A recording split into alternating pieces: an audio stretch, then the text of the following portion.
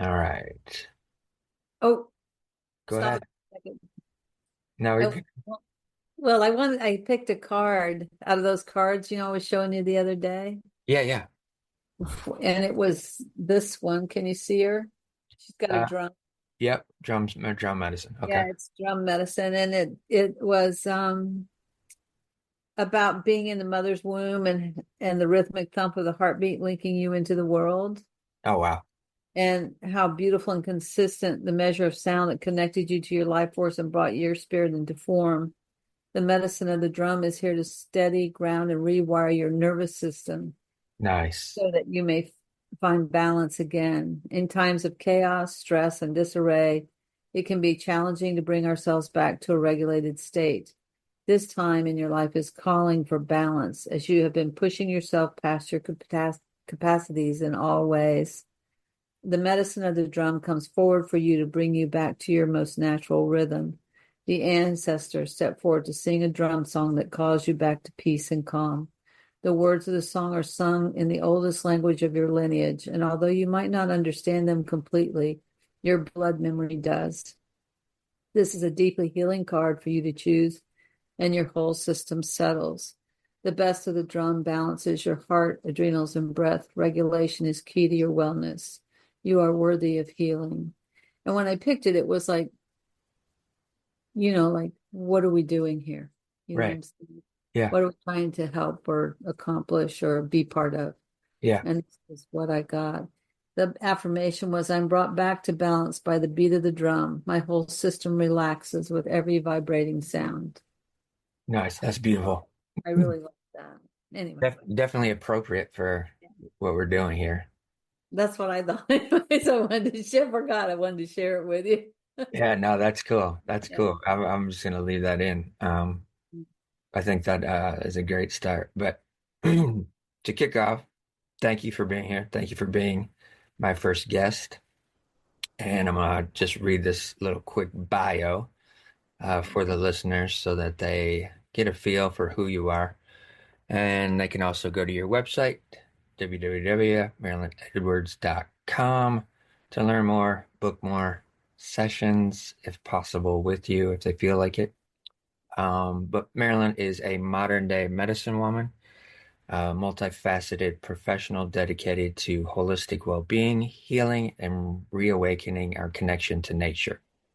An intuitive healer with 30 plus years of experience, Marilyn combines a natural healing ability and intuitive guidance with the power of grace, alternative healing methods, neuroscience, body-centered therapies, and nature's energy to guide individuals toward a holistic being. Your diverse background, which I find immensely fascinating, um, has created a life experience of before entering the healing field, included your career as an artist, a shoemaker and repairman, commercial fishing vessel and tugboat captain, which that thing should be turned into books and movies in and of itself, showcasing your ability and wide range of skills. Academic background in art, you studied art in college, which nurtured your creative talents and deepened your appreciation for aesthetics.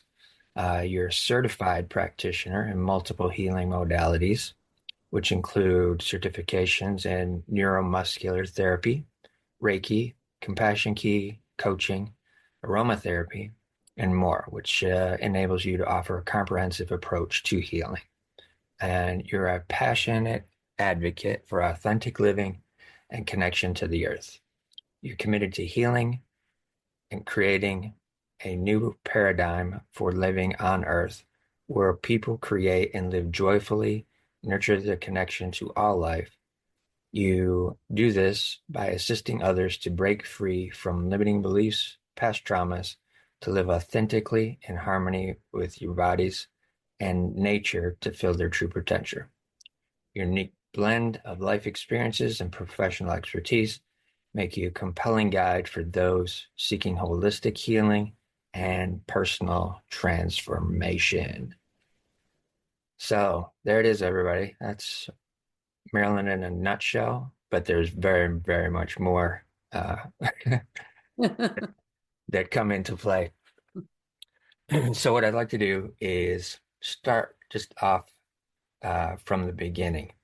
Um, where did Marilyn grow up, and what was your early childhood like? Well, first of all, thanks for having me. Absolutely. This is going to be kind of fun, I hope.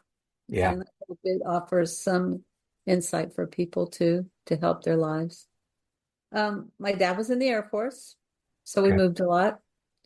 I've lived in Kansas and Texas and Florida and Maine and, all over the place. And so that was a little difficult moving all the time as a child, but I think it gave me a good background in understanding different kinds of people. So I'm grateful for that now, though Yeah. probably not so much as a kid. I loved being in the woods and I loved painting and drawing and making things. That was really, I always thought I would be an artist. Okay. And so, and I was also pretty spiritual, like I liked church, but not in the churchy kind of way. Like I would go to, my mother let me go to all kinds of services. I had friends of all different faiths and I went to all kinds of things. Yeah. Um, Never limited me in that way, my father either. And so, but I can remember like sitting in church sometimes and hearing like beings speaking to me. And I never said anything about it. I didn't know. I didn't grow up in a kind of atmosphere where people talked about those kind of things or Right. Right. helped you with those kind of gifts. So I didn't know whether it was unusual or not, or it just was part of my life. Or if I went into the woods, I could hear things. And so I just kind of went about being that kid, playing, moving, doing all the things I did. I can remember one thing though, like feeling constantly sort of like when people would lie, I would know they were Yeah. lying, or I might say something to them that was revealing their lie, and then they told me that I was wrong. Right. Words weren't matching what they were saying, the feeling of what they were saying. And so that was really difficult for me. It made me feel a little bit crazy inside, like Yep. I was always wrong, but some part of me knew I wasn't. Yep. And so that onward in life, that created quite a bit of unhappiness for me and self-doubt and lack of self-esteem, really. Because I was pretty smart. I did well in school, all that kind of stuff, but I was always like doubting myself because what my sensory perceptions were letting me know were not being validated by the people outside of me because everybody likes to hide what's really going on. And because I could kind of see they didn't like it. Yeah. So sometimes people thought I was a know-it-all, or and Right. so I started to retreat. I started to retreat into myself. Yeah. Yeah. And then I had a time when we moved in fifth grade where it it was a wonderful teacher who helped me really open up my art skills, but I was put in a class that what I wasn't matched for educationally. Like I was pretty advanced in my studies and they put me in a slower class. So I got super good grades and everybody else would fail. So then this girl went around and told everybody to hate me. So I also got to Oh man. enjoy that for a year. So that was interesting. It just made me much more sensitive, though, to people's feelings and treating people well. But it also, I became quite introverted after Yeah. that, more introverted. So, and went through high school, skipped my last year of high school, went to college, was an Okay. art major. Parents didn't like that. I was supposed to be a scientist. I mean, it goes on and on. Okay. And so then I became an artist. I dropped out of college and I became an artist. And Yeah. I made my living doing that for a while. And I was at a pretty young age, somewhere around 20, I think. Yep. I was in galleries in New York City, and invited to be in some big shows and stuff like that. And that's about the time I bought the shoe repair shop because I wanted all the equipment. And then my father died. So that was another thing that kind of doused the flame of creativity in me. Wow. Wow. Yeah. And that's early on as well. It's not a whole life experience up to that in terms of worldly experience, so to speak. Yeah. So the effect of starting your creative career and then bam, your dad passes away, and so you have to deal with a scenario of grief and emotion, and which are all things that play into creativity in a way. Those are exp ways of expressing emotions for you kind of got turned off to an extent. Yeah, I really shut down quite a bit. Like I had an invitation to be in a show. I used to make these one of a kind sculptured handbags, and I had invitation from the American Crafts Council Museum to be in a show called Homage to the Bag. And it was going to travel all over the United States. Yeah. And I couldn't get it together to put my things together for the show Wow. because my grief was so intense. And on top of it, my mother, I found out at the time my mother was an alcoholic. She had been really hiding it, and Mm, it just came roaring to the forefront. mm, So I was there dealing with I didn't live at home, but I'm dealing with my mother and her grief and her alcoholism, and then my own grief, about my father's death. My right. brother left and went to California. My sister lived in New York. So yeah, it was a pretty intense time. Wow. Wow. Okay. So at this time you got the shoe repair shop Hmm. going on. And how did that um potentially bring back some of that creativity that you felt that just the art component was stifled with? Were you Well, able to feel yeah, into that? I had originally bought that um, so that I could do my work, have my own shop because I had worked for somebody else in their shop before that. Okay. And it had every piece of equipment I could ever want to do all of the leather parts of things that I did anyway. Yeah. So when all of that happened, I started repairing shoes. Gotcha. And so I spent about a year or so repairing shoes, but I had already learned how to make shoes and sandals and all that kind of stuff too. So I did all of that. But most of the creative stuff went by the wayside. And then I decided to go to Switzerland. Okay. And I met some people, and I lived over there for about a year and a half and worked there just as a waitress and cafe manager. What prompted the thought that Switzerland was going to be the place that you went to? Well, and it wasn't really going to be. I met these guys and a girl from Switzerland, and they invited me. So I went there initially, but the thought was to travel on down to Italy to this leather school Okay. Okay. where they did all kinds of things. And I really didn't have a ton of money, so I was limited. And so it was easier to get a job in Switzerland, Right. to get a visa and work and stuff. So I thought, well, I'll work for a while and then I'll go down there. And I never ended up going. Okay. Yeah, I just stayed there and worked and traveled around and then decided to come back to the States and stay. I could have Okay. gone back, but I didn't. I decided not to. Gotcha. And about the time that you're coming back to the stage, about what age range are you at in that period of time? God, that's a hard one. I want to say about Mid 20s? 25, yeah, Okay. somewhere Yeah, yeah.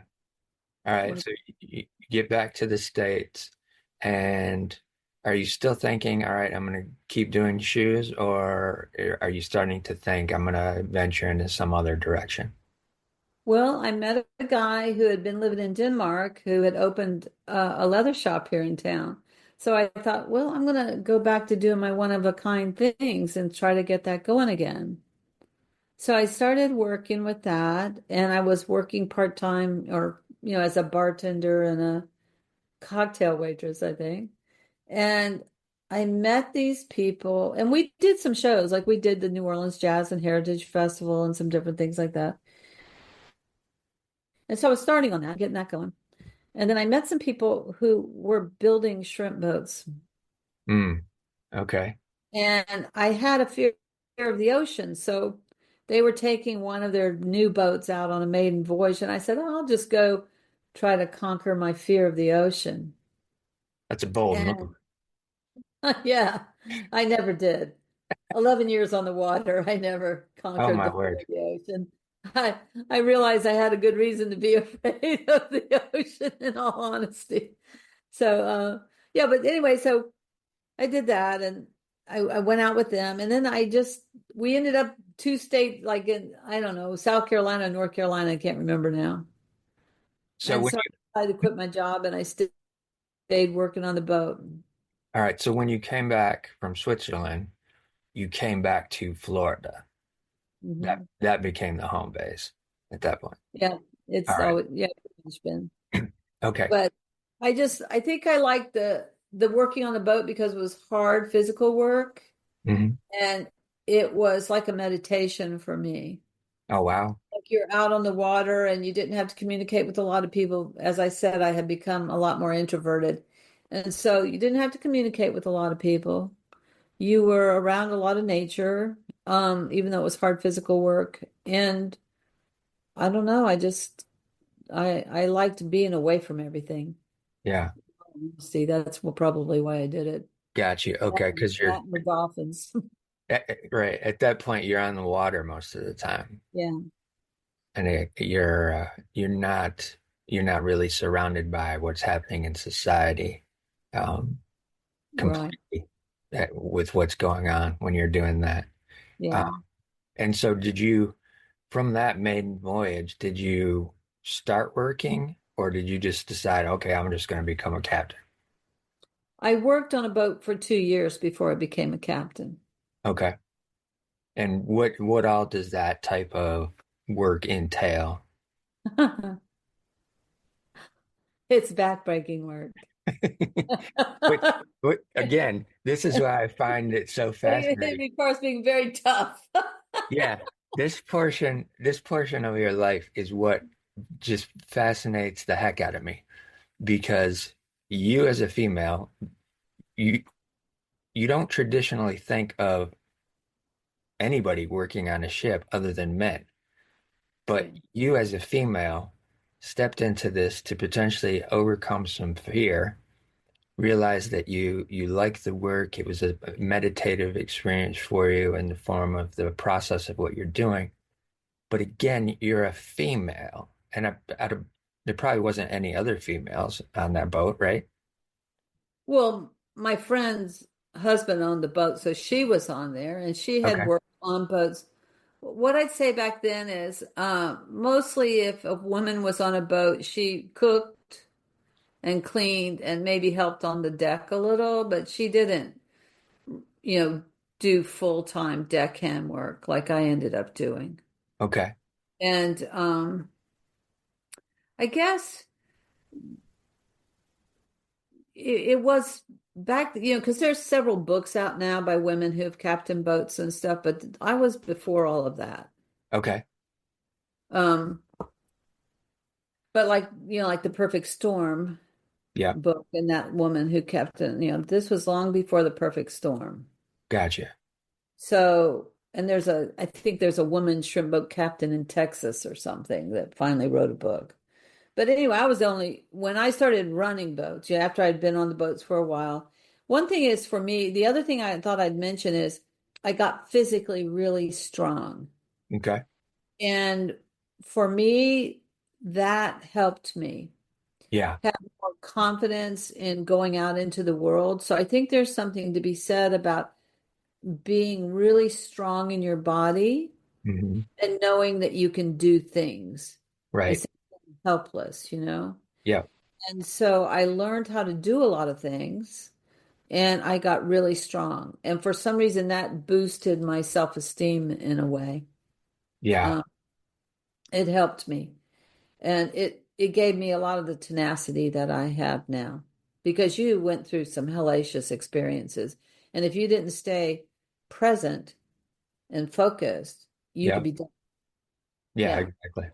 Yeah. So that was probably one of the main things about that. Oh, That and just sort of being in tune with nature, like nature's cycles. Like I could smell the wind and feel the breeze and just look up and I'd tell you in a minute what it was going to do. Right.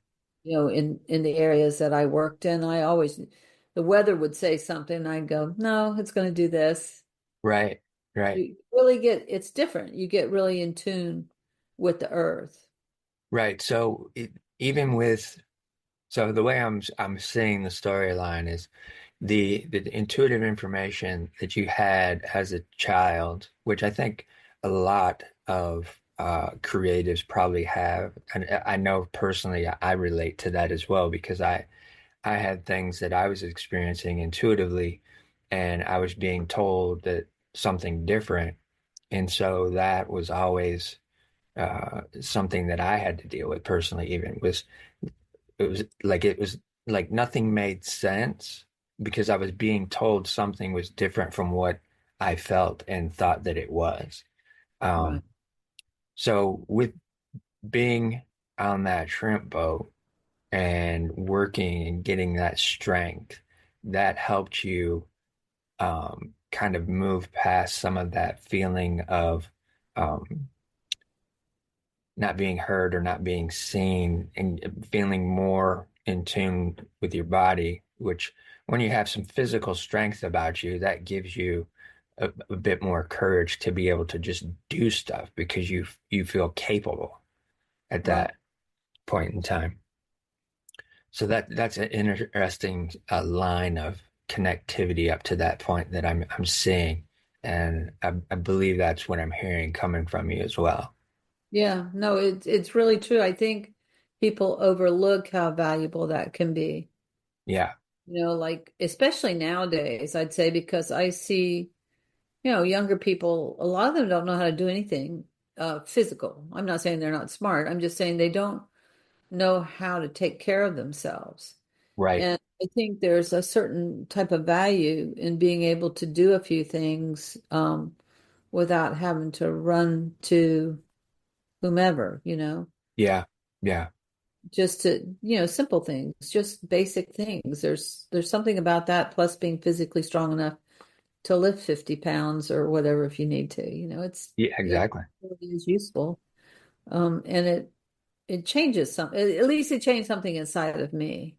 And Yeah, I wasn't like a weakling or anything, but I became very much stronger.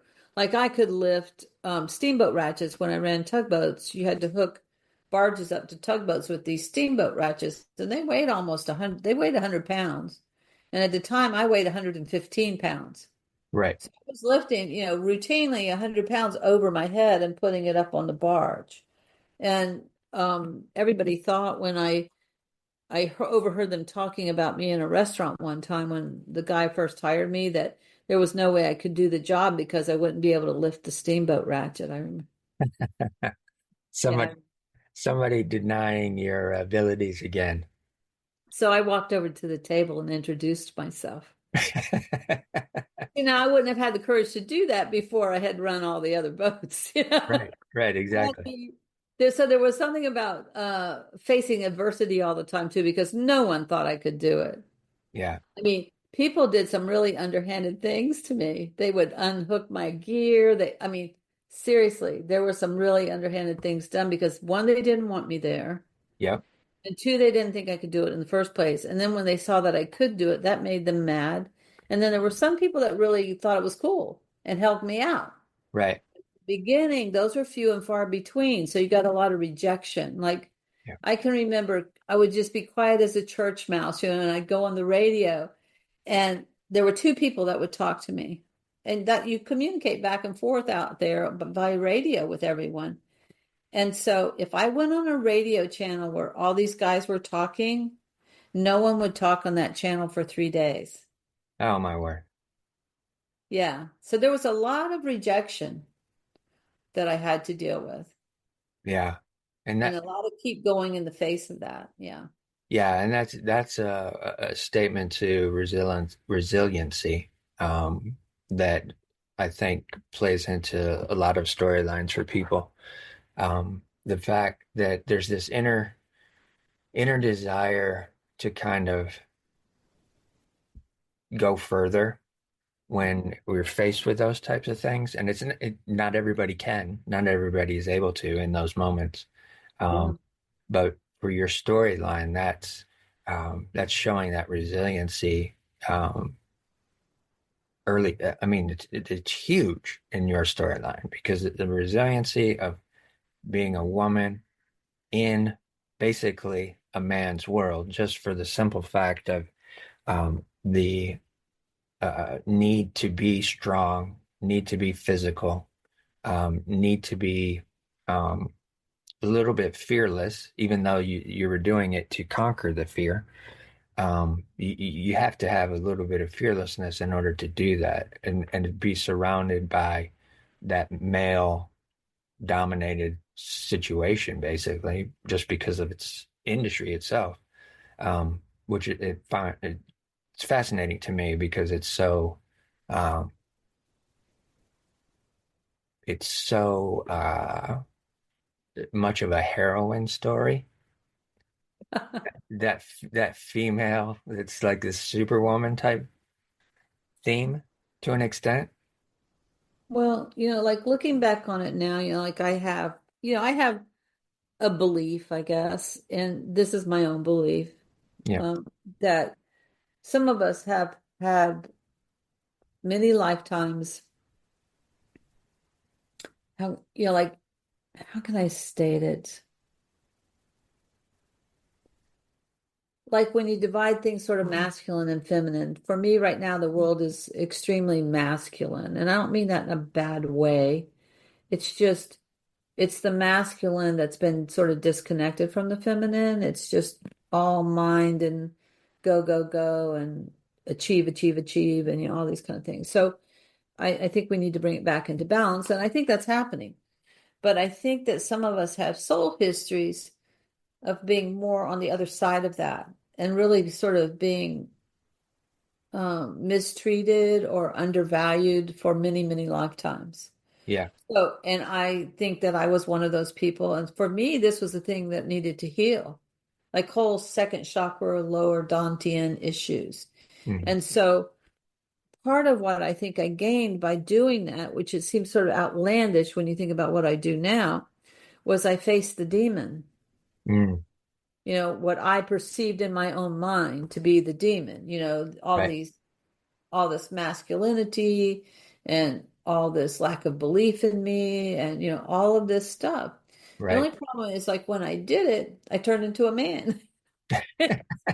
Like I gained a lot, and I think a lot of women back in the day when women started, becoming more liberated or whatever, did that. Like we didn't know how to be powerful in a different kind of way than the what we saw. Right. And so we just decided we were going to do it better than them Right. or Right. whatever, which is what I basically did. Right. And so it was good though. I mean, like I said, I found a strength. I found out I could speak up. I stood up for myself. I did all kinds of things that I might not have done so easily otherwise because I had to. I mean, I Yeah. literally had to. Yeah. Exactly. Yeah.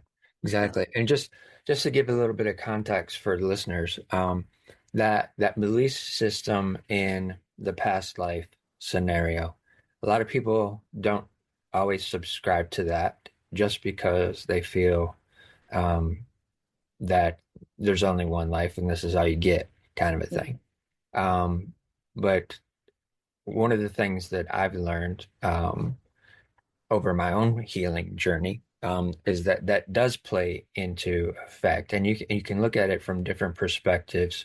If you want to look at it from a scientific standpoint, which is where a lot of people tend to shift into, if it's not something that is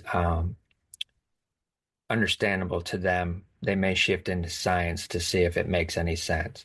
But with mental health and different things like that, there's been studies that are done that are showing that some of the trauma experiences are ingrained in the DNA of the Right. human body. And so that gives just a little bit of perspective to the listener in terms of um, your belief system of being able to have many lifetimes and experience many lifetimes, and even me myself at this point, I've come to realize that those things are truthful, and those are truthful for me as well. But for those that are not able to grasp that or sense into that in any way, if you just look at it from the perspective of certain things that you're experiencing in lifetime might be stuff that is ancestral or that's passed down through your familial DNA, if you have a family history of it. So a lot of doctors are looking at family histories to try and understand what's happening to a person present day. So I just wanted to give a bit of context there, Yeah, and that's true. for somebody who might not subscribe to that, but yet Yeah. understand it. And and that's fine with me because I think I think like the more you know you don't know a darn thing. I mean, Right. you're just open to looking. And like the past life stuff came to me. I didn't go looking for it. So that's why I sort of started believing that that was a possibility. And somebody gave me that book, Many Lives, Many Masters. Yes, Dr. Brian Weiss. Yeah, Weiss. He that was a good book. Um, but anyway, and also if you look at it through quantum physics, it could just be alternate dimensions. Right. So it could all be happening at one time. So we could get really off the cliff on all of that. And I think was it Popular Mechanics just came out with an article on your brain and how there's several scientists, won a Nobel laureate, who are trying to prove one guy's an anesthesiologist, the other guy was a Nobel laureate, trying to prove that your brain connects into all of consciousness through there's microtubules in your neurons and there's tubulins in your microtubules.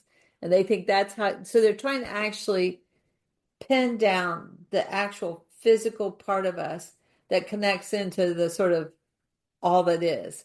Right. And so there's all kinds of information available to you when you slow down enough to listen and tune into that. So, Right. and there's also lots of proof. I mean, I could give you examples of people I've worked with in healing where ancestral trauma was affecting their body. And when we cleared the ancestral trauma, the pain in their body went away. Right. And that's amazing. That's amazing. We, Yeah. you and I have experienced that as well. Um, Yeah. Even more information for the listeners. We've been working on me and with me for about 8 years now. And I can say at this point, absolutely, I have progressed on my healing journey exponentially over the last 8 years that you and I have worked together, um, compared to 25 plus years of just being focused in psychotherapy or cognitive therapy or any of the other traditional medicine modalities that are out there for depression and anxiety and that type of stuff. So that's why it's a pleasure for me to have you on as my first guest. It's also a pleasure to have you as a friend and continue working with you because it's it really has changed my life. And it's almost I don't have words for it almost because it's just a drastic shift that took place when we first started working together. Um, So, and we'll get to more of that in a little bit. But what I want to do, I want to circle back to being on the boat, the shrimp boat and the tugboats. With that, were you working for a company that had the boats, or did you own your own boat? No, I worked for a company that Okay. had boats because most of those boats are, back then probably three to 600,000. Now they're over $1 million. Okay. Okay. Um, All right. So you real do the business. right. You're just working as a regular hand for the first 2 years. And what what was the kind of the pivot point where either you decided or somebody else decided, hey, you're now going to be the captain? I went up north to work on a friend's scallop boat, and When you we say up got north, Yeah, well, out of New York, but work in the Grand Banks and things like that. And Okay. we got caught in a winter storm with 60, 70 foot seas. Oh, wow. Where we almost died. And so that's like the perfect storm. I Yeah. can't watch that movie. I still can't watch that. Somebody gave me that book and I said, "Why would you give me this book?" Years ago. I'm like going, no, I don't really need to read it because I lived it. Yeah. So after that, I think I was kind of tired. I went back down to Florida, and I worked on the shrimp boats for a little while. And then I had to have a surgery. I had an ectopic pregnancy. Okay. And after the surgery, I couldn't work for a while. And then I thought, no, I really need to be doing something else. Because one thing is when you're out on the water all the time, it was great for many years. And then it was like my whole life was passing me by. Friends were getting married, for some friends were dying, having babies, and I was never there. Yeah. And so I decided I thought about becoming a medical doctor. Okay. And then I thought, and then I thought, well, maybe I'll just become physician's assistant because I'll be, 90 years old by the time I become a medical Right. doctor. Right. And I talked to my mother's doctor and he goes, "Oh, you'll just be a frustrated doctor, so you might as well go to med school." And then I was talking to my chiropractor and he was like going, "Why do you want to be a medical doctor?" And I said, "Because they need alternative people in that field." Yeah. He said, "Well, why don't you go learn the alternative stuff first?" Ah, okay. And he wanted me to become a chiropractor. Gotcha. So he had it all laid out where he had a house up where I could rent while I was in chiropractic school up in Atlanta, all this stuff if I wanted to do it. And I decided to go to massage school to just be able to make some money while I was going to chiropractic school. Okay. And during that, everything started opening up. Ah, My hands really took off. Like I've always kind of had healing hands, like animals were always attracted, all of that, but like they really turned on. And yeah. I started going to classes because I didn't really understand what was happening to me.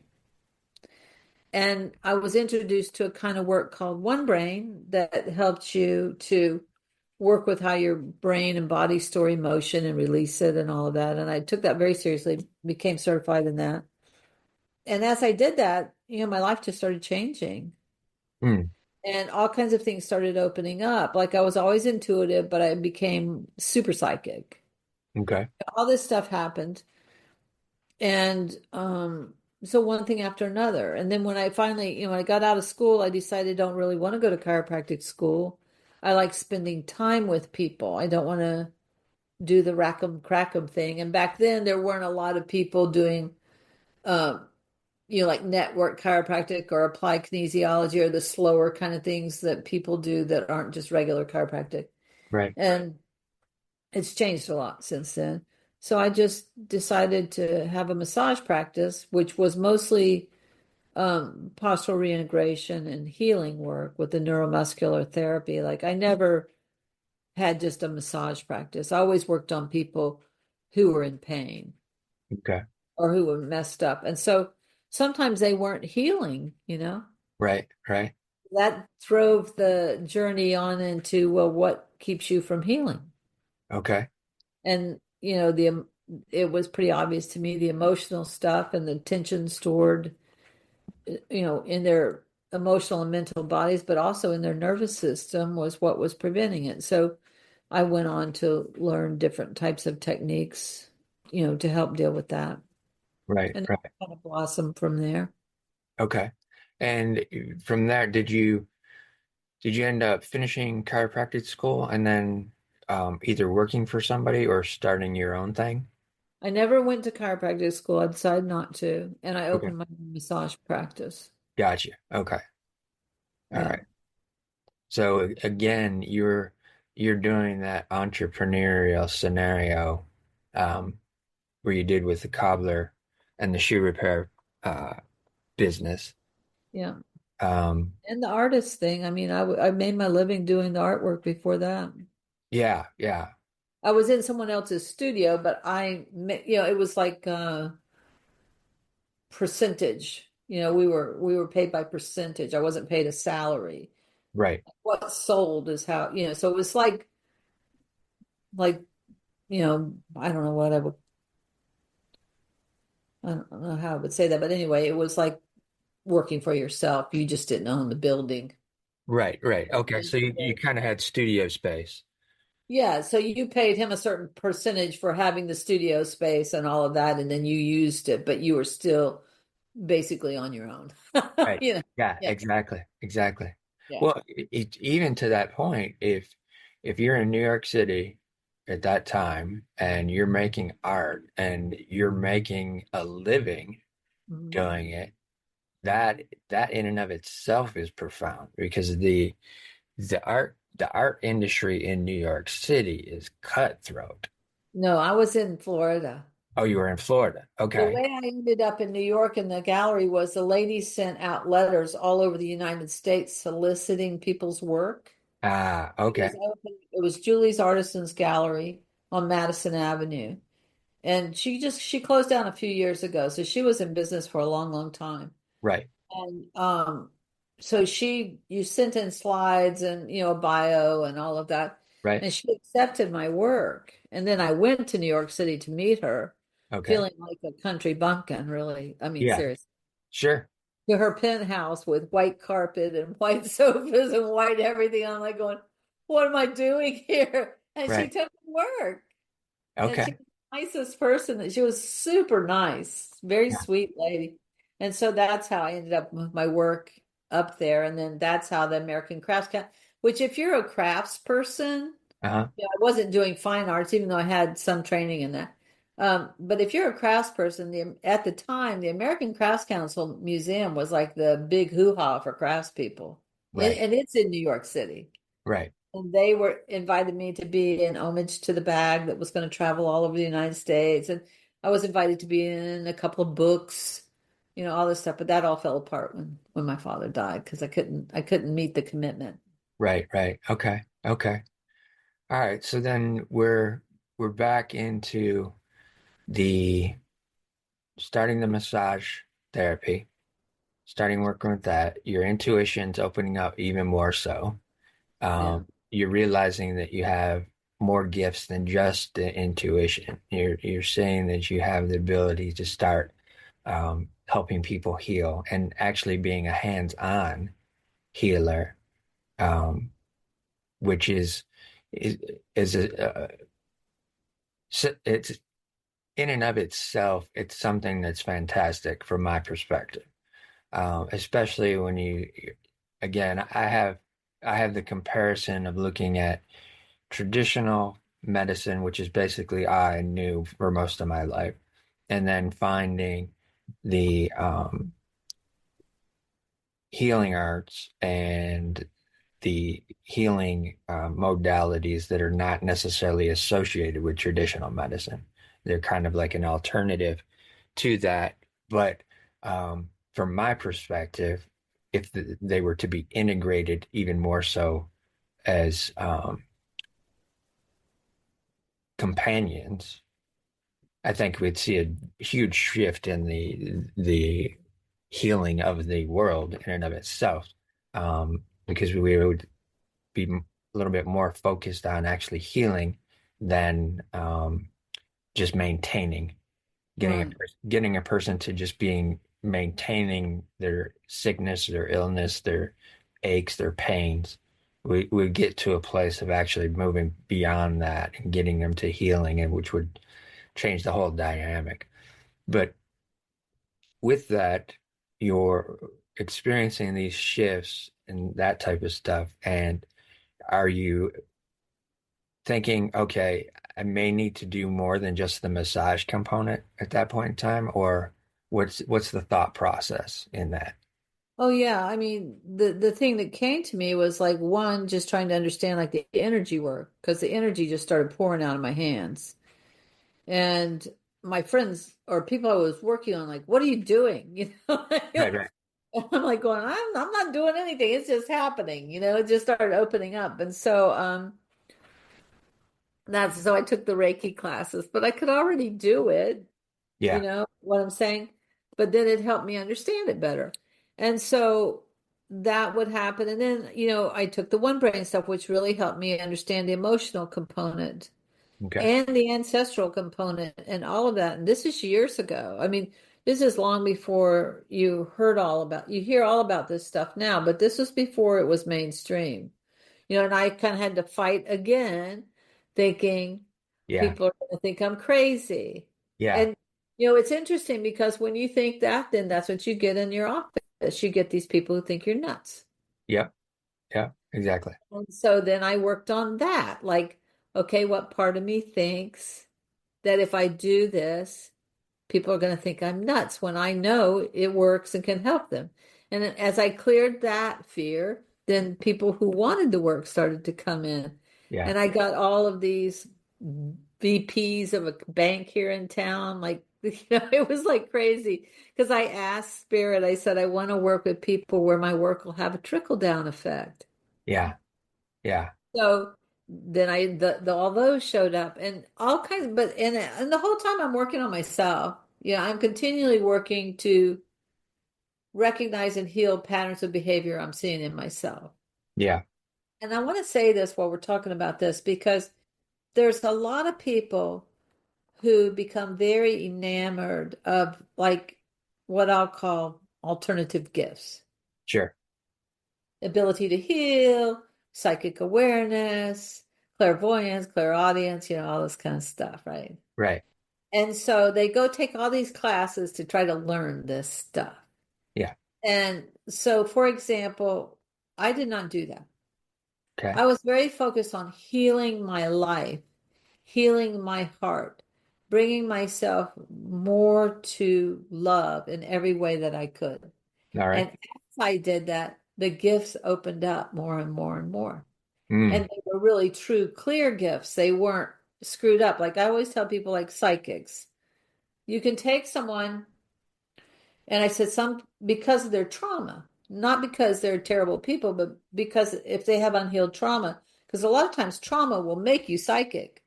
You're like pulling it out of your body, trying to figure out what's going to happen next to keep yourself safe. Okay. And so, a lot of psychic people, self included, at one time had a lot of personal trauma. And so I always say some psychics can see under the crack in the door and Yeah. tell you what they see there. Right. And then some people can look through the window up at the top and they can tell you what they see there. And some people know how to open the door a little crack and tell you what they see there. And some people can know how to open the door Right. and just, you know, and usually they're more accurate because what they're seeing isn't colored emotionally Right. Right. by something. And we all have some emotional coloring. I'm not saying that, but you're more accurate the more you heal your own life. Right. And so I always try to tell people that because I went through periods of time, people being jealous of my abilities, all kinds of stuff. And I'm like going, you have no clue what this is like. Right. Yes. Trust me. That tsunami, remember last week all about that tsunami that was 20 years ago? Uh-huh. I was sick for 3 weeks before that happened Yeah.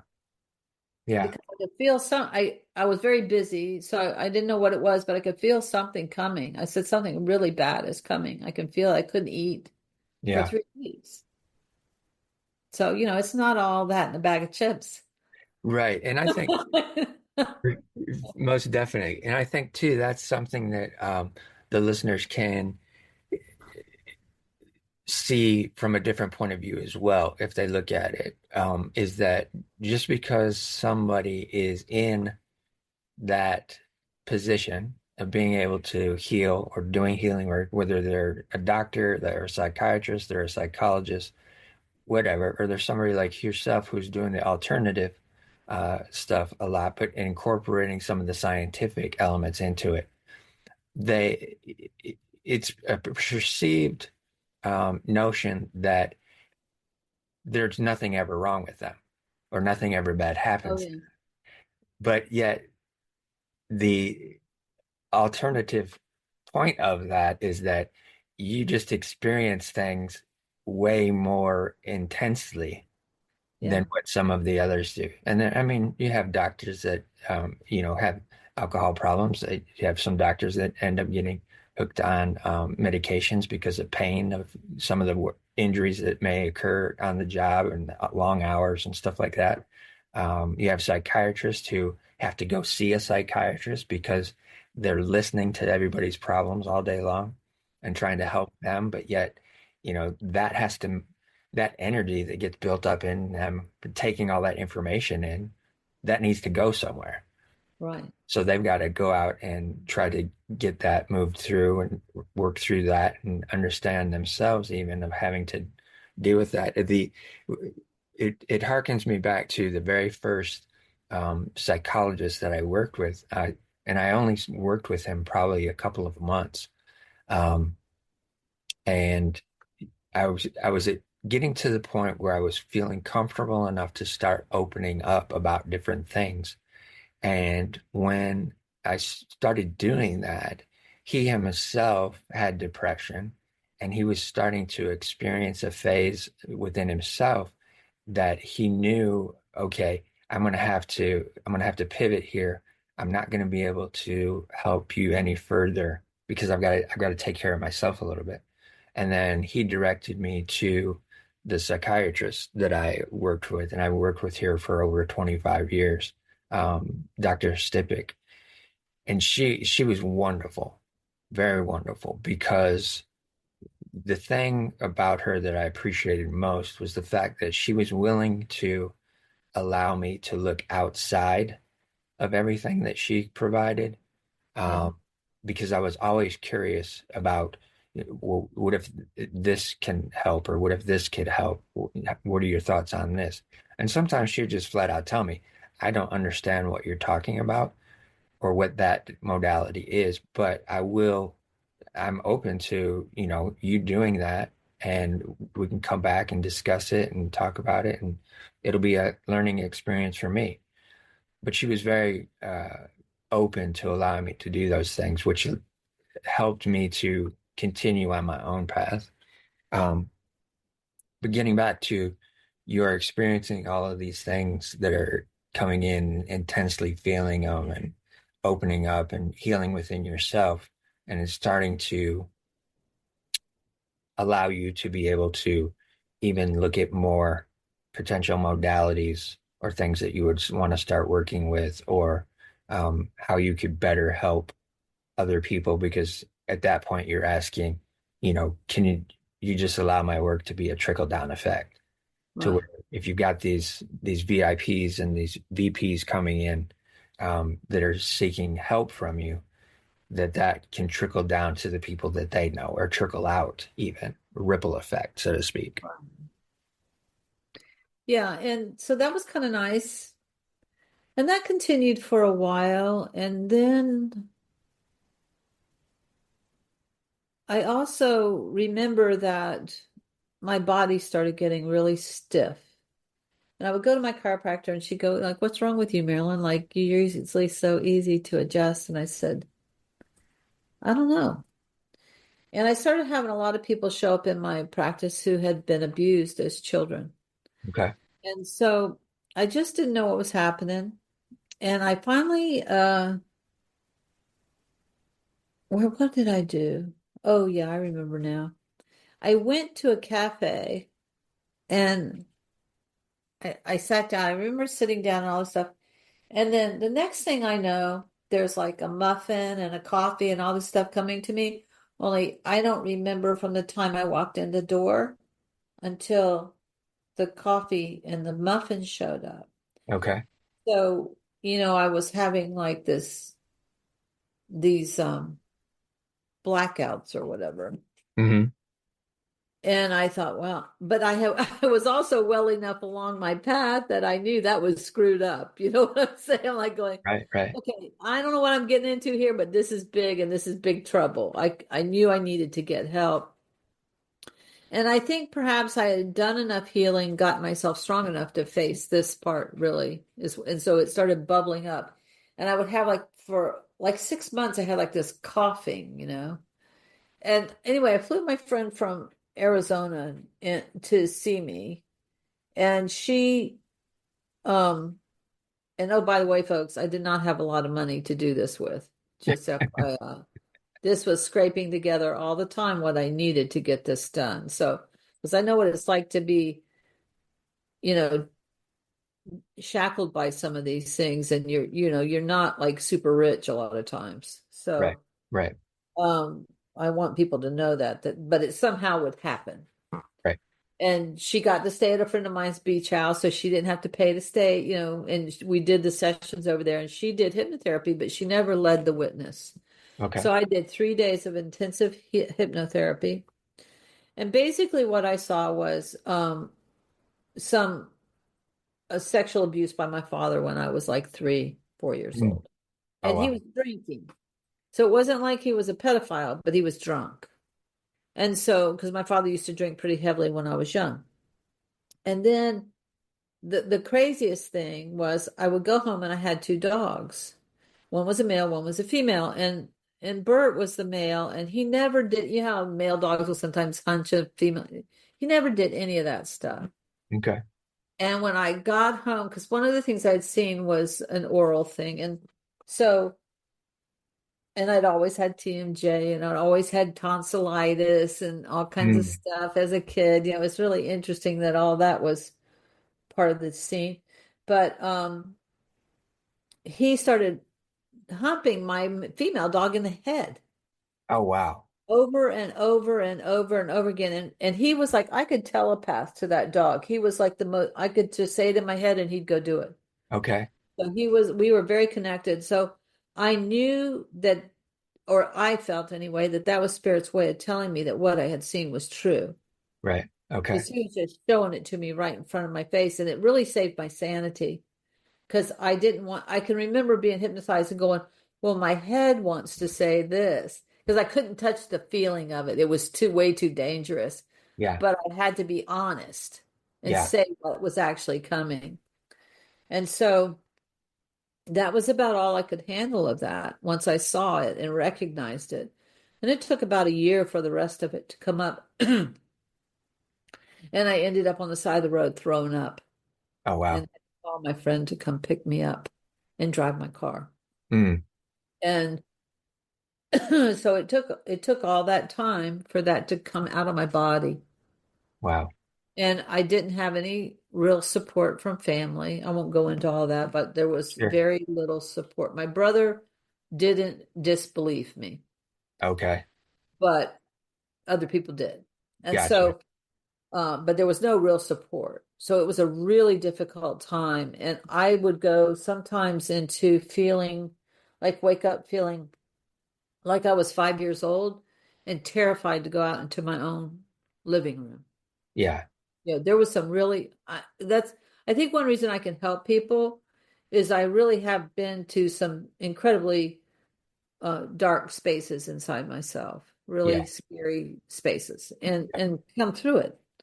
So, but I always had, like that day, I remember a friend of mine from Atlanta who was psychic calling me up and going, "Are you okay? You've been on my mind."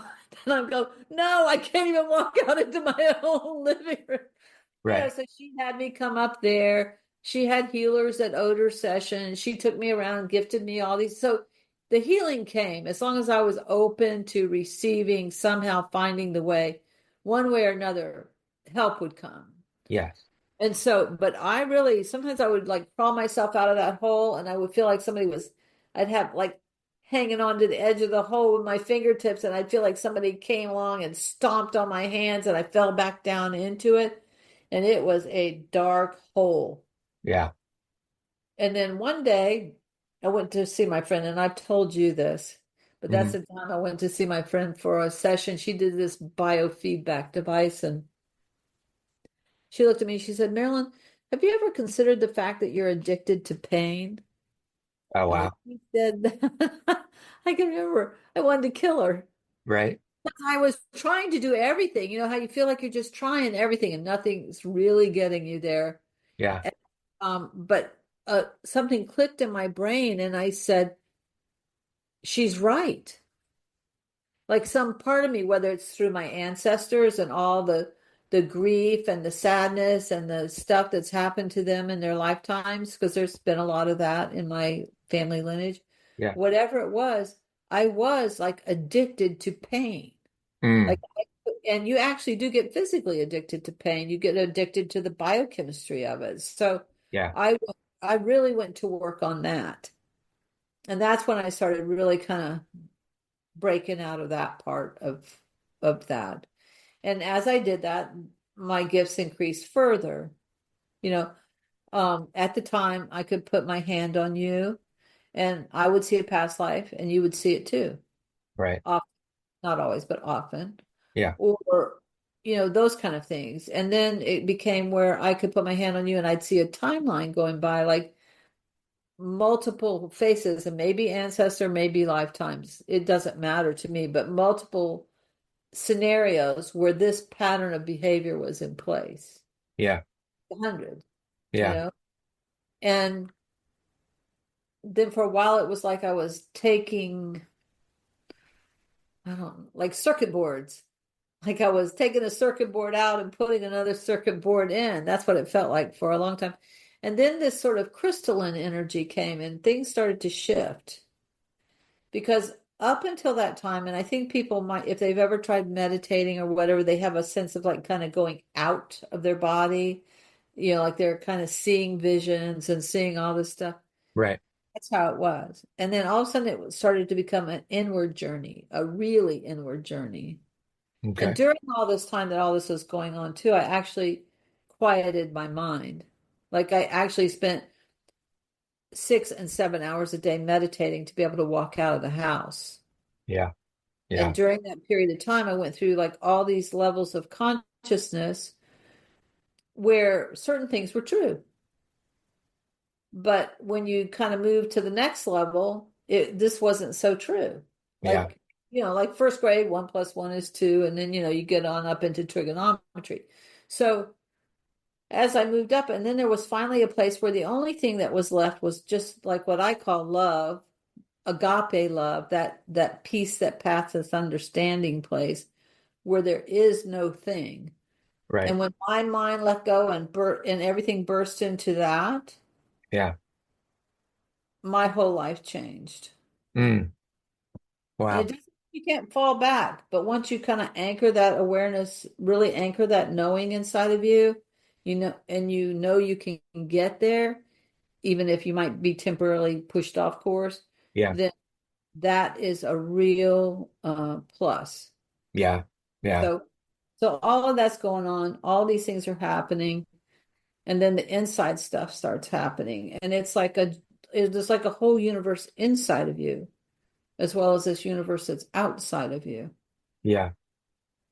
And during the course of the time is like learning to understand my mind, Yeah. how it works, how it holds you back, learning to understand the power of the heart and all the heart energy, and then moving down into what I call the well, down in the second chakra, lower Dantian area where the creative life force energy is, Right. and all the wounds that everybody has around that and the misuse of it.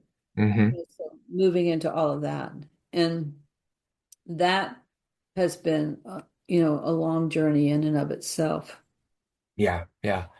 The interesting thing that about your story of her asking you, um, do you realize you're addicted to pain? I think that is uh, commonplace to an extent. And the reason I say that is because one of the things that I used to do when I was feeling a whole lot of a pain, uh, I would take stick pins that you would use for like a bulletin board, and I would cut on my arm with those. And for whatever reason, that feeling of that pain would alleviate some of that hurt that was going on in my heart. So I understand that element, and not everybody experiences that the same way, but I can relate to it from that perspective. Another thing that was interesting to me as well is when the tattoo industry took off. Um, and how everybody was just getting tattooed and tattooed and tattooed. And one of the things that I noticed for me, because I jumped into that arena too, in terms of I started getting tattoos, but when I felt that needle start to hit my skin, it almost felt like the same sensation that I was experiencing when I was cutting on my arms. Mm. Um, and for me, it was like, oh, wow, okay, this is something else that I can do. And it masks the fact that I need to feel some of that pain in order to alleviate that pain that's in my heart. Um, so I was able to kind of shift that. But, and again, too, it's after I didn't start getting tattoos until way past my suicide attempt. But even after that, and you start trying to heal from that type of a situation, the pain just doesn't immediately go away. You still have those residual things that are still there that haven't been dealt with. But I'm starting to get tattoos, and I'm like, okay, this is alleviating. This is helping release some of that for me, without being necessarily uh, a healing modality. It does help people heal because a lot of times people are getting something to remember some heal or hurt that they've experienced, or the loss of a loved one, or a child, or an animal, or those types of things. So it can be both. It can be healing, and it can be also a vice that you go to because you've got other stuff going on that you're not wanting to deal with. Um, and two, there's the artistic expression of it. So there's many different levels of it that I think can be true and can be different as well. It can be artistic, can be creative, and some people that are getting tattoos, that it doesn't have to do with any kind of pain whatsoever. But Right. from my perspective, I've been able to look at it and see, oh, okay, that's what that's doing for me. Yes, it's seeing the creativity that I get to wear on my body, that artwork, that appreciation for the tattoo artist that created it, and an idea that was in my head. Now I get to see it be brought to life. But even with that, they're expensive. So if you don't have a nice chunk of income flow coming in, at a certain point, you got to stop getting those. So I have a few unfinished tattoos. But I was, as you were talking, I was seeing how that the realization of that's brought up and put in front of you to look at, kind of shifted some stuff. And I've noticed that within myself, that realizing that for me was another form of essentially harm to an extent, because that's part of the reason why I was getting it, was because I wanted to feel some of that pain Yeah, in those particular times um, of hurt that hadn't been addressed as of yet. yeah. So moving forward with you, now you're starting to, I would assume, shift into a different um, sense within your own body, and with what you can potentially start to do for others as well. And can you expand a little bit more on that, and what now the trajectory is moving forward after these experiences? Um, yes, but just a second. Would you Yeah. mind sharing with people how your heart pain has affected you physically? Oh, it's aff- affected me across the board. I have a heart condition, literally, that is called vasovagal syncope. Um, and what happens there, so if you've ever been sitting down or laying down, and you jump up and go do something real fast, and you get this lightheaded feeling, or sometimes people pass out. Me, I pass out. because what happens is my heart relaxes so much when I'm in those prone positions that, um, and I jump up to go do something, my heart doesn't catch up with my body's movement. So there's that disconnect. And what happens from a physical standpoint is the change in body position into that movement, the blood has to rush back to the heart to be pumped back out to the other extremities.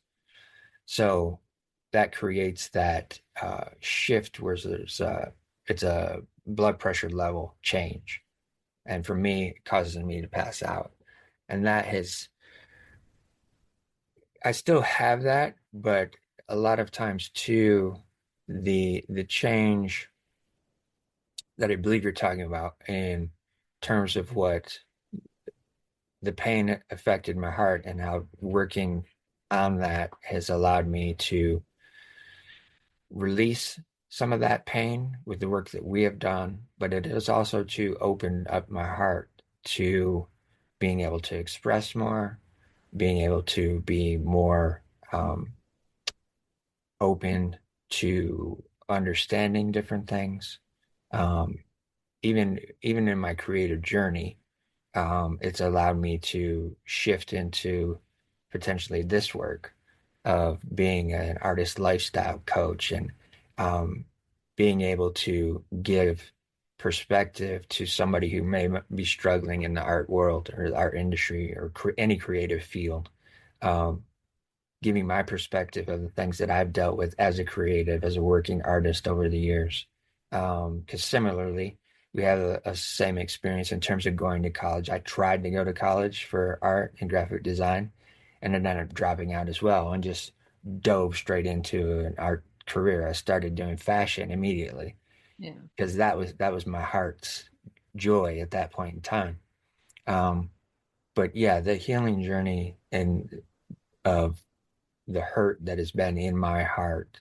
And some of it is centuries old, some of it is familial in terms of carryover DNA wise, that we've been able to tap into and come to realizations of, okay, here's the origin of that. Um, and so that has been something that has been a shift that I've been able to recognize in working on those hard pains and stuff like that. The hurt that is locked in there. I mean, when we first started working with each other, I remember you asked me one time, it's like, what does the surrounding area of your heart look like? Um, does it feel like it's in a cage or in a box or whatever? And my response was I felt like it was this huge boulder, this rock that was solidified around my heart that couldn't be broken off. Um, but we've worked over and over many times with that and through that. And over the course of the years, that's been able to be chiseled down and broken off. And I believe I'm in a place, there may be a fragment or two of that rock still hanging on somewhere in there, but it's definitely not the boulder that I saw when the question was asked first at that point in time. I believe that's kind of where you were going with that question. Yeah, well, that and just so people could see how also like whole when you have those kind of things going on, how it can actually have a physical effect in your life and how Yes, feeling like as you let go and come into the knowing of what I'll call truth, um, that your body kind of can come along with you. you're right. Like it can really start to come along with you Yeah, and for sure. you start to feel better.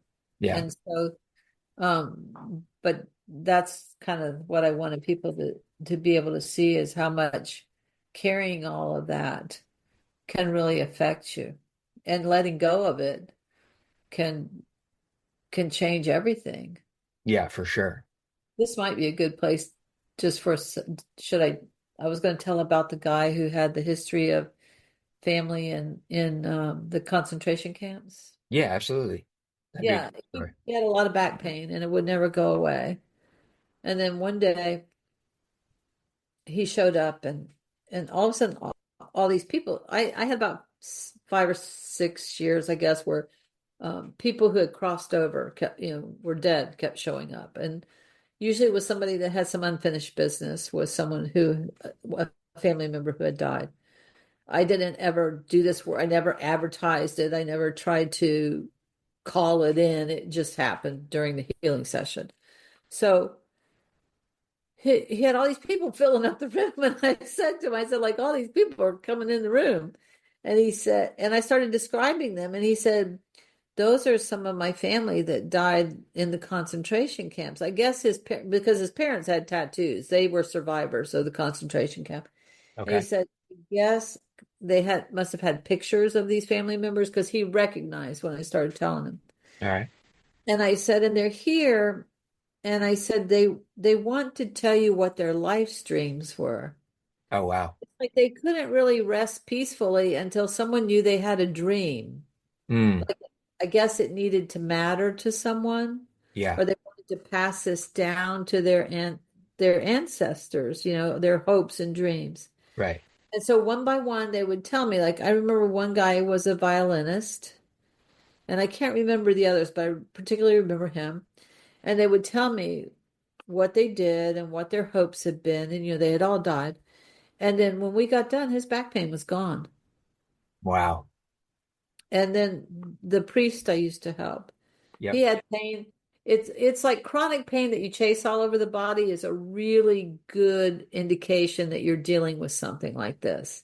Right. And he had that kind of pain, and he was in so much pain, you could take your fingers like this and just barely go like that across his chest, and he would scream in pain.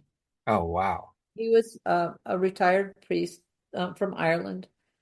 And so I finally said to him one day, I said, well, Father, I think we need to do a different kind of work. He was game. He was cool. Um, and so we did this work, and I said, I'm getting something about when your father was, I did some muscle testing to ask his body, actually, and we got his father at 8 years old. Mm, And he said, that's when my father's father died. wow.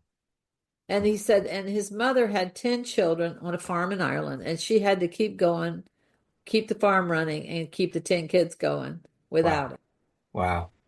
And then all of a sudden I had a flash of seeing his father, as a little kid, watching his mother sitting at a kitchen table, kind of breaking down for a moment. Uh-huh. And I could feel this fear go through his father because his dad had just died, and now he's watching his mother kind of just fall to pieces. I mean, she got it together. She did everything she needed to do. But in that moment, she was falling apart. Right. And he witnessed it. And I could feel all this fear go through the kid's body. And I told Father what I was seeing. And so we talked about it. And we did a release of that. And when we got done, all that pain was gone. Wow. That's So yeah, we don't know. Yeah, and what's interesting with those types of stories, again, it plays into if you're not open to the past life scenario, or the fact that your body um, experiences other things outside of this lifetime. What that shows is the ancestral DNA that has continued on through the family lineage. Yeah, that Um, stored that stress. Right. Something that happened to not even you, didn't even happen to you. It happened to somebody that was in your family years ago, but yet it was so strong of an emotional and a response to that in that person that it ingrained in the DNA, and then it just got passed on and passed on again. And so I think sometimes people can't necessarily comprehend that, but if they just go and start researching a little bit of DNA, ancestral traumas, there are studies that have been done by universities, top universities across the country and the world, really, that are looking at that as an element of understanding people's problems. Um, Yeah. and what's been fascinating for me is because of our family background, being fundamental Baptists, and my grandfather was a Southern Baptist minister on my mom's side.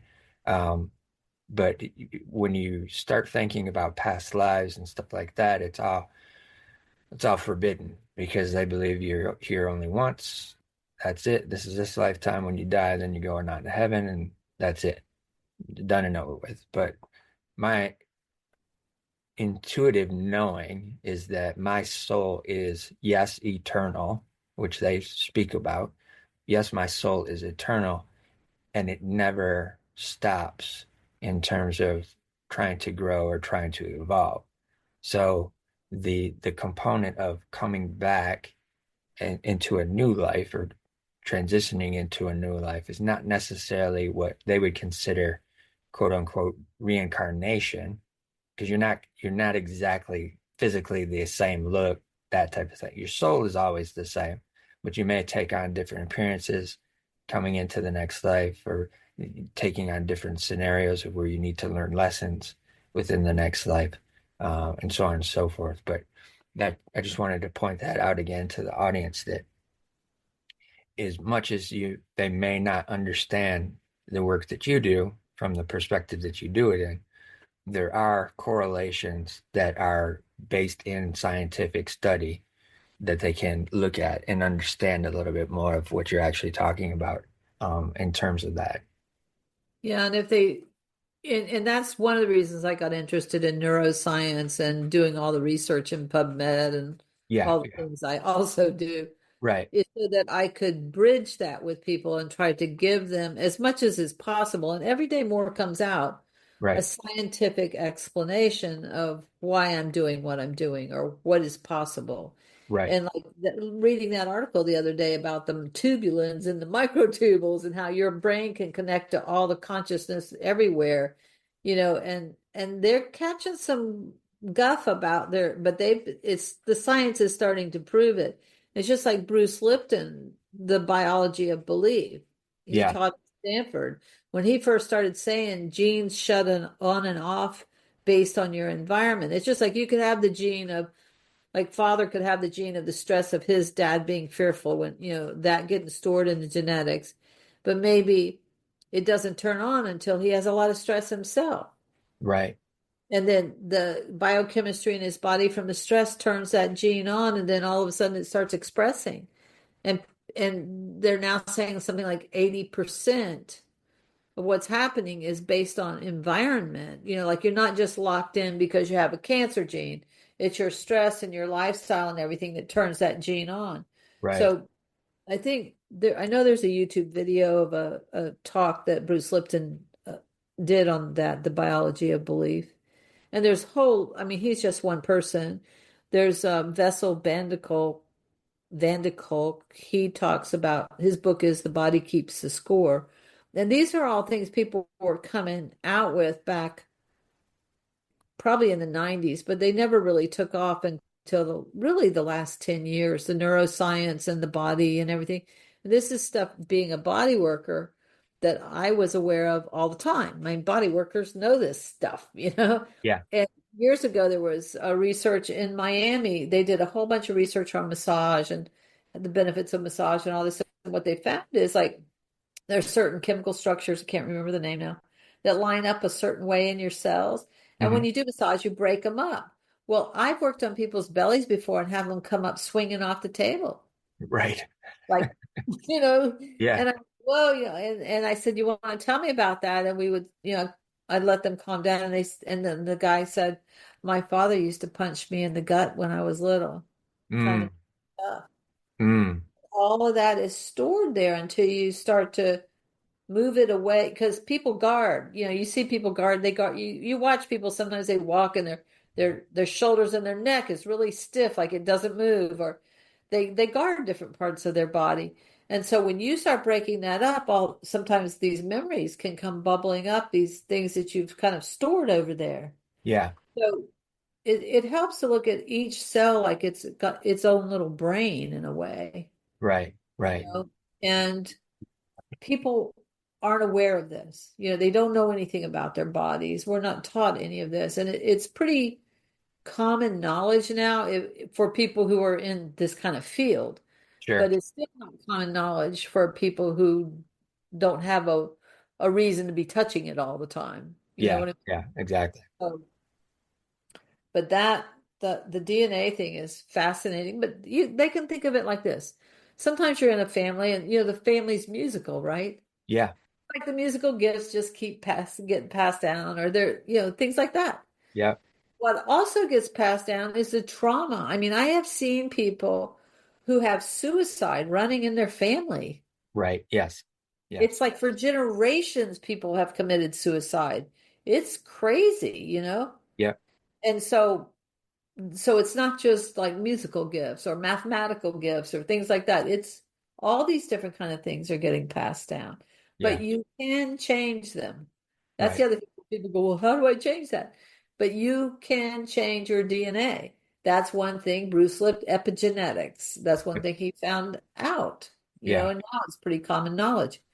But back then, they all thought he was crazy. yeah, yeah. No, exactly. I mean, I think that might be a good pivot point too, to us to kind of move forward to when you and I actually met, um, which was very interesting, uh, how we met, and it was through a at that time. I had come across the work of Dr. Elaine Aron, who was starting to talk about highly sensitive persons, HSPs. And one of the um, people that she had worked with, and as part of her case study, was uh, Little Jagged Pill, Alanis Morissette. Alanis Morissette was a highly sensitive person. And I think a lot of artists are. They may not just know it, but they are just instinctively because of their creative abilities. Um, but when I heard what she was studying and what that HSP was, and the fact that it was tied to being an empath or having empathy that's highly in tune, um, it started to kind of make me shift into a different thought of, okay, that sounds exactly like who I am. But all right, what do I do with that? How do I find somebody to work with that can help me explore this? And then not too long after finding her, I found this person that come across my feed in one of my social platforms, who was in England, and she was doing a webinar for highly sensitive entrepreneurs. And I was like, oh, this would be interesting. Let me just sign up for it. It was a free webinar. And of course, those are usually the ways that people put out information to get you to sign up for their programs and stuff after the fact. They do a free thing to begin with. And then after that's the pitch to, work with them one on one. But what was interesting was the fact that you were on the webinar and I was on the webinar. And she asked a question, if people had anything they were wondering about or how it might relate to their business, being highly sensitive and that type of thing. And I had made a statement, or asked a question and made a statement, and she kind of answered it. And then kind of went to a couple other people. And then you happened to say something about what you were doing um, in your business. And um, was trying to get some answers from her perspective on your business. And what hit me within that moment was, oh, wow, this might be somebody that I could potentially work with because you gave a little bit of explanation of what you do. Um, and then I kind of, in the meantime, I went and looked at your website real quick and saw some more explanation of what you do. And after when that was over, I just reached out to you and I said, hey, we were on the same webinar together. I know you're expressing some frustration with being able to do certain things with your branding and that kind of stuff. I said, I believe I could help you. And then you kind of instinctively said, yeah, I kind of felt that we had a connection as well. And I think I can help you. And so that was a turning point for me uh, finding somebody who was able to see who I was, understand who I was, and was able to tap into my energy and sense where some of my pains that was creating the depression and anxiety were, that we could start working on and start trying to heal those things. And for me, it was like, oh wow, this is this is changing exponentially fast, um, dramatic healing experiences that you and I have worked on together. Um, and from your perspective, what has that been like, working with a creative who feels so much, um, about everything? Like working with myself. Right. Yeah. It's I don't have a problem understanding most of the time because I've been through so much myself, you Right. know. Right. And so there is one thing I always felt that even as a little kid, like I had this gift of like seeing the beauty in someone. Hmm. So that somebody told me that one time, like, God's gift to you is that you see the beauty in someone, and then the only problem is and you know them, Yeah. or something like that, and you go up to them, hey, and they go, who the heck are you? Right. Bam, you know. Right. That was another thing, but I have this ability to see where someone could go, like the truth of their being. I'll put it that way, and Gotcha. I see all the layers they've used to cover it up. You know, Yep. all the thousands of different ways. And some of it isn't something they've done even consciously, like all the things we were talking about, the ancestors, everything. For sure. But I do, so that's what it's like for me. Like I see this and then I feel like I can maybe help you get there, Yeah. you know? And it really, when people start breaking, like my whole thing is not to keep you coming forever. Yeah, I mean, I know we've worked off and on together for a long time, and I think I have people that I've worked with like that in my own life. Like I'm human, Right. and so, and even sometimes, we have conversations together that are healing for both of us now. You know what Yeah. I mean? Yes. And that's really what it's like for me. Like just trying to draw out. Um, that that beauty inside someone. And sometimes there's some pretty fierce protectors in there, boy. You can get clobbered. Yeah. Hold on. I think I need to plug something in here. So I was just going to try to do it if I can see the cord. If not, nope, I can't see it. Oh well. Um, so and that came up some with you too. You had some pretty fierce protectors. Yep. Um, so sometimes it can be very intense. Hmm. I think the only way I get through some of it is because I've been through so much myself. Like Right. I can sit, I always tell people, like, the more you heal, the more you can sit with others going through things. Because what happens is if you reach a level of intensity or pain that someone hasn't taken their own selves through, they Right. check out. Yeah. They do not want to hear it. Yeah. They either take themselves out of the room, energetically away, or they literally leave. Right. Like they can't handle it. And then oftentimes we'll get angry or hurt by that. But truthfully, it's usually because the person simply cannot handle it. Yeah. It's a Mhm. protective mode. And you have to find someone who can maybe help you walk through that, who's been there, I think. And I don't mean read about it in a book. Yeah.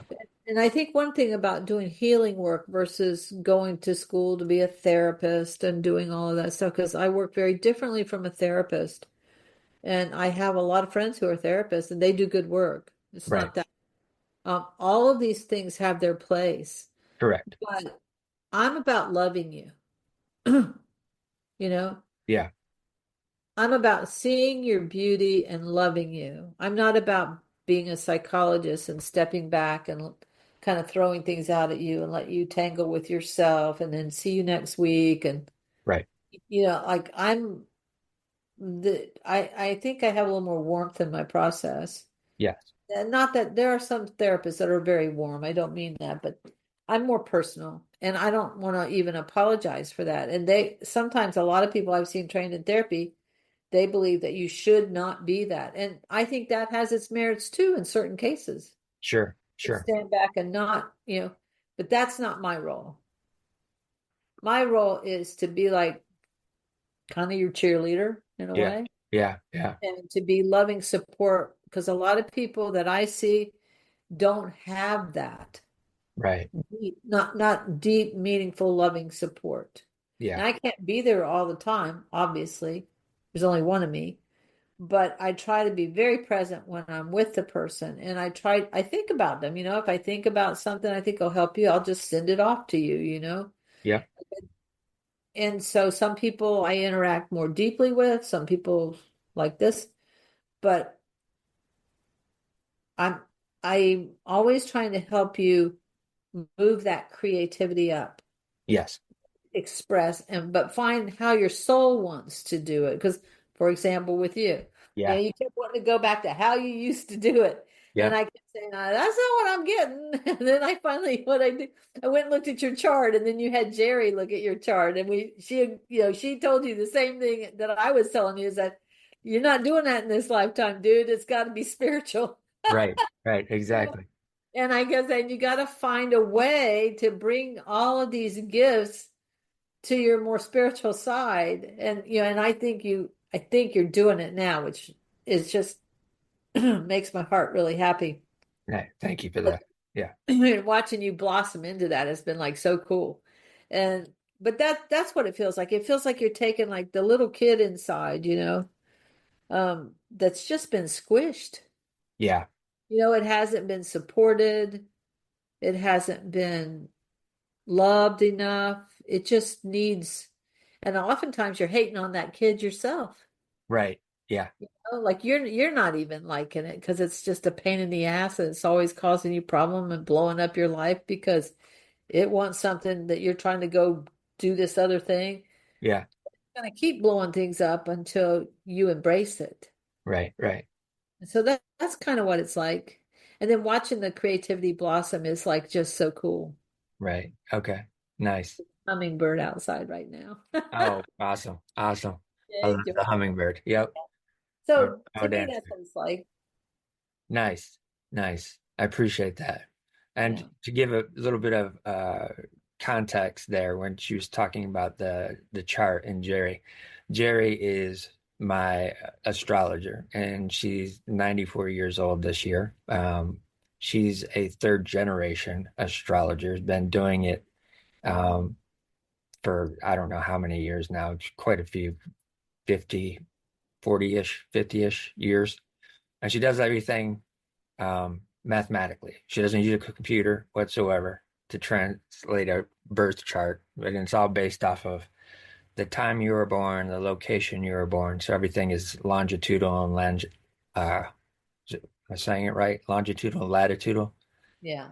Mhm. um, directions, and how that relates to the stars and the planets and different things like that. So your astrology sign and how that may um, be a map for your life and all of that kind of thing. And again, too, it's something that not everybody looks at or believes in and all that kind of stuff. But I would throw it out there, just an alternative perspective is that all of the people that traveled by boat, tying into your story, Yeah. years ago without having GPS or sonar or any of that type of stuff. They Bless had your to do it all. navigation. Yeah, they had to do it all by the stars and the sun and the planets and all that kind of stuff. So it's not something that has not been around. It's always been here. It's just a matter of using it as a different tool. But yeah, I immensely appreciate you, Marilyn. Have a love for you that's just again, it's without words. What you've been to me as a friend, as someone who's helped me on my healing journey.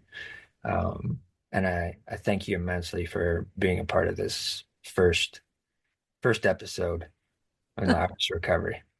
Well, I love you too. And I want to say this, it's like, people think back to the, healers and people like that are human.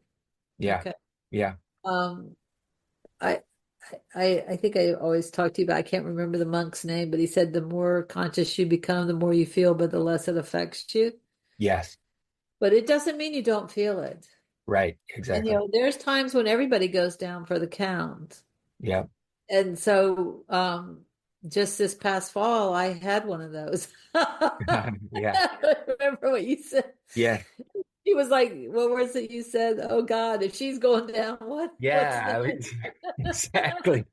I was like, I always had this sense that the the amount of strength that you have and of working with me and all these years, and if something is bothering you as bad as it is, and you're having a hard time during this period, like, holy crap, it must really be bad. And it's almost like it scares me a little bit because it's like, oh crap, like, can I still potentially experience that? Which I'm sure there is that possibility down the road. Because when you're on a healing journey, you don't always end up getting to the place of complete healing. It's just a continuous process that you go through. And I want to say, so one of the reasons I brought that up is like because you helped me through that. Because Right. what I see with you this time is like you're like really going, you're really applying yourself to all the stuff that you're doing right now. And you're not letting the little things take you down like they used to, like you just keep going. And there's a happiness or something in you that I hadn't seen, since the work we did at the beginning of the fall, Yeah. that stuff. Yeah. It's come out and part of what I was feeling, I might have been like dealing with that on a bigger level but I just want to say that it's a give and take thing. Yes. It's not like, I'm not doing all the giving and you're not doing all the taking. Like people, we're working on this together. When I work with someone, I feel like I'm working together with you to make it a better place to be. If Yeah. we get better, if you get better, if I get better, if I learn more, if you can open more, like we're creating a better earth every time we do that. And that's very important to me Right. because we haven't even touched on like connection to all life, Exactly. Yeah. because most people are in so much pain they can't even think about how they connect to everything else. Like, I didn't talk about when plants started talking to me and all the things that happened with me in that realm. Maybe that's another time. Sure. But I'm just saying there's a whole world out there waiting for people. And that when people help you with healing, they're not the guru. I think the guru time is over, is what I'm trying to say. Like they're human too, you know, they're having to deal with being in a physical body. Yeah. They may be a few steps ahead of you on a lot of it, but that doesn't mean you don't have something to offer them. And Exactly. and that's been, our relationship. And um, so like artist people, they need to think about that. They have lots to offer. They have lots to offer the world. The world needs more beauty. Yes. The Yes. world needs more art. We've sort of become bereft of that. Yeah. Yeah. So to me, it's like a big circle, a big spiral, and we're all really helping each other. Yeah. Definitely. I wanted Definitely. to, because I mean, like when I saw you on that class, like I knew you. Yes. I knew it instantly. I couldn't figure out where from. At first, it seemed kind of medieval, but just over time, I saw several times when I knew you. Yeah. Um, it's just been really nice to watch it kind of like the friendship part open back up, you Yeah. know, Yeah. and kind of, like I know you have my back and I Right. have your back. And I think we need more of that in the world. Like we need to understand that we can get to a point where we can kind of have each other's back. Nobody is going to be 100% all the time. Correct. Sometimes people are going to go down. Correct. And, for me, it involves when I'm feeling the whole world because in astrology, my sun is right on the, the in the middle of my chart at the bottom and at 0 degrees. So that means I feel everything going on in the friggin' world. Yeah. And so, like the way, and that's the other thing for empaths. I just want to say this because it came in my mind when we were talking, is like when you're a highly sensitive person, Yep. you have to get grounded and connected to the earth because at least that's my feeling. That's what I had to do. I'll say that was my journey. Yeah. And because I wasn't really, I was connected to water for sure, Yeah. but I wasn't connected to the dirt. And when I did that, I had a lot of pain in my body. A lot of things happened during that journey, but it allowed me to be able to withstand and let pass through me more and more of these energies, these super heavy duty energies, and just and not try to, because a lot of times healers will try to soak up things, and that's not the deal. You're just bringing energy to it so it can move. Right. It just needs to move off. But Yeah. a lot of us were in many lifetimes or many in the habit of always soaking up the stuff, and then we don't know what to do with it. So we're laden down with our own stuff, our ancestors, everybody, all our friends around us, we're just loaded up. Yeah. And so getting grounded and dealing with everything that's in those lower chakras is one way to be able to do that. Right. Right. And but I just hope going forward that we all learn to be gentler with each other and supportive of each other and more loving. Yeah. I agree with that. And I think that's a great ending point that we need to be more supportive, more loving, and allow all the creatives to be able to express more and bring more color to the world. And with that, audience, always remember, be kind to your mind. I agree.